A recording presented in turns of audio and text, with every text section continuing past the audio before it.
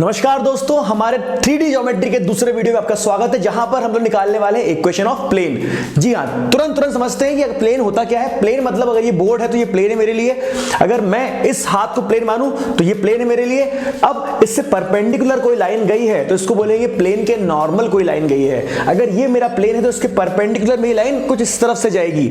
अब कैसे निकालते हैं इक्वेशन ऑफ प्लेन, उसके लिए तीन कंडीशन होती है। पहली कंडीशन तो ये कि अगर आपके पास कोई भी प्लेन है और उसके परपेंडिकुलर कोई लाइन गई हुई है तो उससे अगर आप ओरिजिन से कोई एक पॉइंट ले लें जिसका कोऑर्डिनेट होगा 0,0,0 जो कि अल्फा डिस्टेंस ऊपर है आपके प्लेन से। आप समझ रहे हैं? पहली कंडीशन ये इक्वेशन ऑफ प्लेन की, जिसमें कि आपके पास अगर परपेंडिकुलर लाइन दी हुई हो उसके प्लेन के परपेंडिकुलर और एक ओरिजिन वाला पॉइंट दिया हो जो कि अल्फा डिस्टेंस दूर है आपके प्लेन से। तीन कंडीशन होती हैं आपकी इस तरह से इक्वेशन निकालने की। दूसरी कंडीशन यह है कि अगर आपके पास कोई परपेंडिकुलर लाइन दी गई हो और उस प्लेन पर कोई point A x1 y1 z1 coordinate लेके बैठा हो। तीसरी कंडीशन, आखिरी कंडीशन किसी इक्वेशन की प्लेन निकालने की ये होती है कि अगर आपके पास तीन ए बी सी, तीन कोऑर्डिनेट, तीन पॉइंट उसी प्लेन पे लाई कर रहे हो, तब जाके आप उसकी इक्वेशन निकाल सकते हैं। अब आगे बढ़ते हैं, एक एक करके डिस्कस करते हैं कि किस तरह से आप इन तीनों कंडीशन से प्लेन की इक्वेशन निकाल सकते हैं। अब पहला फॉर्म जहां पर उसका नाम है equation of plane in normal form. Equation of plane normal form मतलब एक प्लेन दिया हुआ है, प्लेन के परपेंडिकुलर कोई लाइन दी हुई है, उसको हम बोल रहे हैं नॉर्मल लाइन। मतलब उस प्लेन के कोई लाइन है जो कि नॉर्मल वे में है। नॉर्मल मतलब 90 डिग्री। तो मैं यहां मान लूं कि एक लाइन है, एक नॉर्मल है प्लेन का और ये 90 डिग्री बनाता है आपके प्लेन से, क्योंकि हम 3D पढ़ रहे हैं। 3D कहां पे लाई कर रहा है? एक 3D प्लेन में। ठीक है, अब आपका ये प्लेन है, आपको इस प्लेन की इक्वेशन निकालनी है। अब आपको मैंने कहा था पहले केस में आपको दो चीज दी रहेंगी, नॉर्मल टू द प्लेन दिया रहेगा और आपको दिया रहेगा एक ओरिजिन से उसका डिस्टेंस जो कि मैं अल्फा मान सकता हूं या आप चाहे तो उसको डी नाम दे दें। तो ये है आपका ओरिजिन, इस पे आप इसको डिस्टेंस निकालेंगे तो इस पॉइंट से इसका डिस्टेंस रहेगा d मान लेते हैं। तो ध्यान दीजिएगा कि ये आपका एक n वेक्टर है नॉर्मल। अब मुझे आप ये बताइए कि अगर मैं इसको नाम दे दूं o और यहां पे इसको नाम दे दूं a, तो OA का डायरेक्शन क्या है? दोस्तों याद रखिएगा कि O से A क्या है? एक डिस्टेंस। डिस्टेंस किसके बीच में? ओरिजिन और प्लेन के बीच में। और डिस्टेंस कैसा होता है? हमेशा शॉर्टेस्ट डिस्टेंस माना जाता है। मतलब ये लाइन पक्का है कि इस प्लेन के परपेंडिकुलर होगी। मतलब यहां पर नॉर्मल भी परपेंडिकुलर है प्लेन के और ये डिस्टेंस OA गया है ये भी परपेंडिकुलर है प्लेन के। इसका मतलब जो डायरेक्शन आपका रहेगा इस नॉर्मल वाले का, वही वाला डायरेक्शन रहेगा इस OA का। तो अगर मैं लिख दूं यहां पर OA वेक्टर का क्या डायरेक्शन है, तो आपको पता है इस नॉर्मल की डायरेक्शन क्या है? n vector. और यहां पर आप इसकी डायरेक्शन में क्या लिखेंगे? डिस्टेंस है d, वेक्टर है आपका n, तो इसको मैं OA vector is equal to लिखूंगा dn वेक्टर। याद रखिएगा जो OA का डिस्टेंस है वो है d और OA का हम डायरेक्शन निकालेंगे dn वेक्टर से, क्योंकि किसी भी लाइन का, किसी भी चीज की डायरेक्शन निकालने के लिए आप निकालते हैं इसका यूनिट वेक्टर। हाँ या ना? अब आपको निकालनी है इसकी इक्वेशन निकालनी है प्लेन की। किसी भी चीज की इक्वेशन निकालने के लिए, चाहे लाइन की इक्वेशन, सर्कल की इक्वेशन निकालने के लिए आपको वेरिएबल लेना पड़ता है। यहां पर भी आपको वेरिएबल लेना पड़ेगा। मैं मान लेता हूं उसको r। अगर मैं यहां पर एक पॉइंट मान लूं r, तो r एक क्या है? पॉइंट जो कि उसका वेरिएबल है प्लेन पे लाई करने वाला। और r के साथ में ले लूं उसका पोजीशन वेक्टर। मेरे ख्याल से पोजीशन वेक्टर आपको पता होगा। r के साथ ले रहा हूं मैं उसका पोजीशन वेक्टर। अभी धीरे धीरे करता जाऊंगा तो आपको क्लियर हो जाएगा। मैं लिख रहा हूं यहां पे let the position vector PV of r is r vector. बच्चों ध्यान देना, यहां पर ये r पॉइंट इस प्लेन में कहीं भी लाया कर सकता है, तो मैंने यहां पर ले लिया, थोड़ा साफ कर दिया फिगर ताकि आपको दिखे। अब यहां पर आपको ज्वाइन करना है ओरिजिन से r को। ओरिजिन से r को ज्वाइन करेंगे तो आपके पास आएगा OR वेक्टर। और आपको अच्छी तरह पता है कि r के पास पोजीशन वेक्टर है r वेक्टर, तो यहां पर OR is equal to r vector ले लेंगे। याद रखिएगा अब हमको सिर्फ इतना करना है कि हमको r वेक्टर और n वेक्टर जो कि नॉर्मल टू द प्लेन था उसके बीच में कोई रिलेशन स्टैब्लिश करना है। जो भी रिलेशन स्टैब्लिश होगा वही उसकी इक्वेशन होगी। तो देखते हैं क्या कर सकते हैं इसके साथ। अब फिगर में ध्यान दीजिएगा, हम लोग रिलेशनशिप स्टैब्लिश करने वाले हैं। मुझे पता है ये OA वेक्टर है, आपका एरो मिल गया।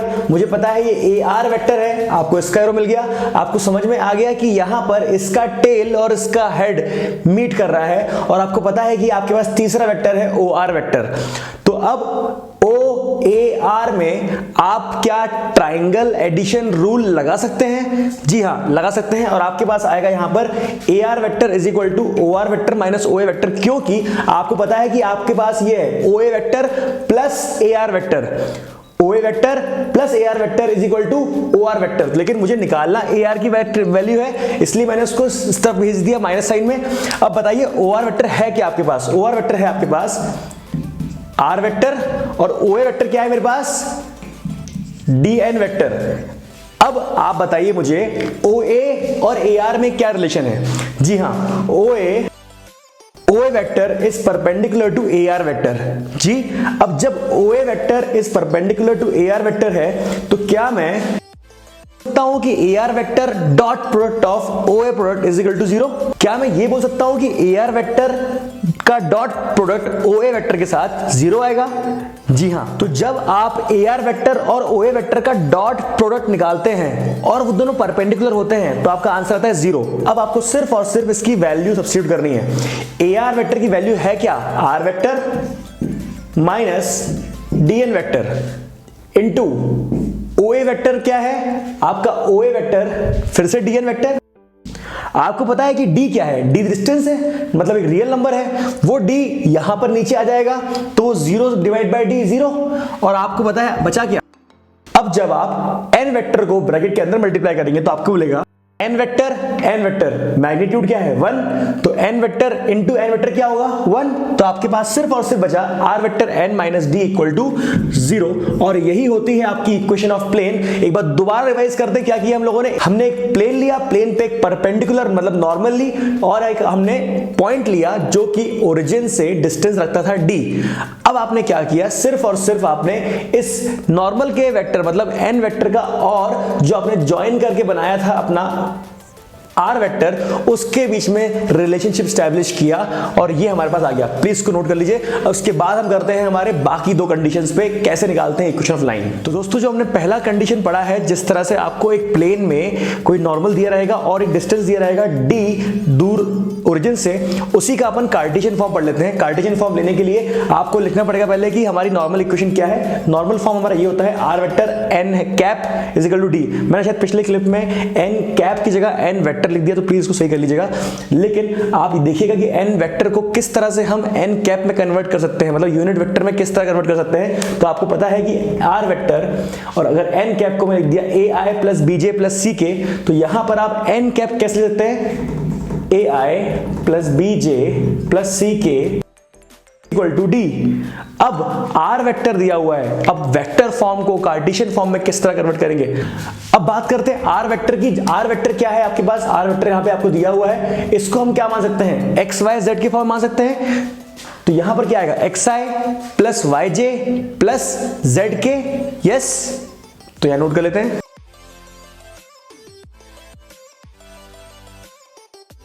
अब देखो भाई, यहां पर ये मल्टीप्लाई होगा तो क्या आएगा? xy plus yz। देखो भाई, अभी आया क्या है? कार्टेशियन फॉर्म लाने के लिए और फाइनल स्टेप क्या है कि इन दोनों को मल्टीप्लाई करना पड़ेगा। मल्टीप्लाई कैसे करेंगे? xa plus yb plus zc is equal to d। ठीक है, अब आप देखिए कि ये चीज है क्या।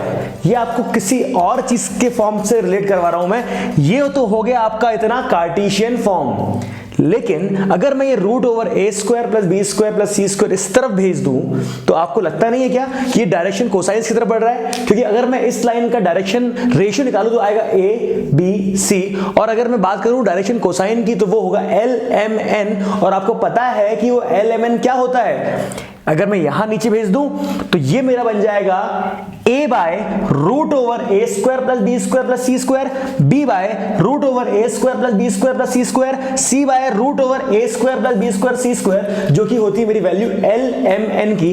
तो जैसे ही मैं इसको यहां भेजूंगा तो आपके पास आएगा, तो यहां पर जो फॉर्म आ गया वो है कार्टेशियन और यहां पर जो फॉर्म आ गया वो डायरेक्शन कोसाइन फॉर्म हो गया है। अब आगे